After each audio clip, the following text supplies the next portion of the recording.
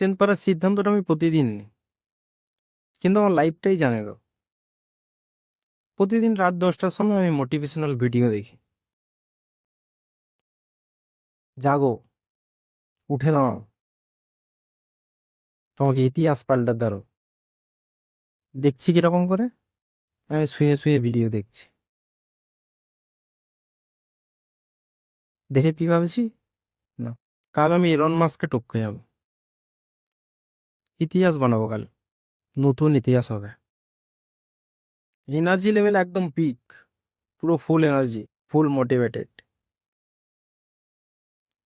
ভাবছি যাক, এত ভালো মোটিভেশনাল স্পিকার, তাহলে কমেন্টে গিয়ে একবার দেখি সবাই কিরকম ভাবে মোটিভেট হয়েছে। গিয়ে দেখছি কমেন্ট করেছে 2026-এ কে কে ভিডিওটা দেখছো লাইক কর। এটা কি ধরনের মোটিভেশন? এরকম দেখতে দেখতে আবার 2টো বেজে গেছে। তখন ইউটিউব অ্যালগোরিদম এমন ভিডিওর দিকে নিয়ে চলে যাচ্ছে পরপর, দেখাচ্ছে পঙ্গপাল কেন উত্তর মেরুতে যায় না। আমি ওই ভিডিওটাই দেখছি মন দিয়ে, আর দেখছি একজন চীনা লোক ড্রাগনের জন্য বাঁশ দিয়ে ঘর বানিয়ে দিচ্ছে। আমি এই ভিডিওটার মধ্যে এতটাই ইনভলভ হয়ে গেছি, যেন মনে হচ্ছে আমি বাঁশ কেটে দিচ্ছি, ও ঘর বানাচ্ছে।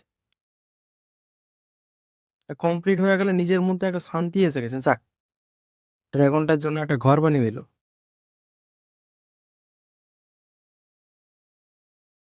সকালে উঠে দেখছি মোটিভেশন নেই, আমি পঙ্গপাল সম্বন্ধে যা জেনে গেছি ন্যাশনাল জিওগ্রাফিও জানে না ধরি। যাই হোক, আজকে রাত্রে আবার আমার মোটিভেশন দেখতে হবে ভিডিও, দেখতে হবে কিভাবে পাহাড়ের ওপরে কাদামাটি দিয়ে রাজপ্রাসাদ বানানো।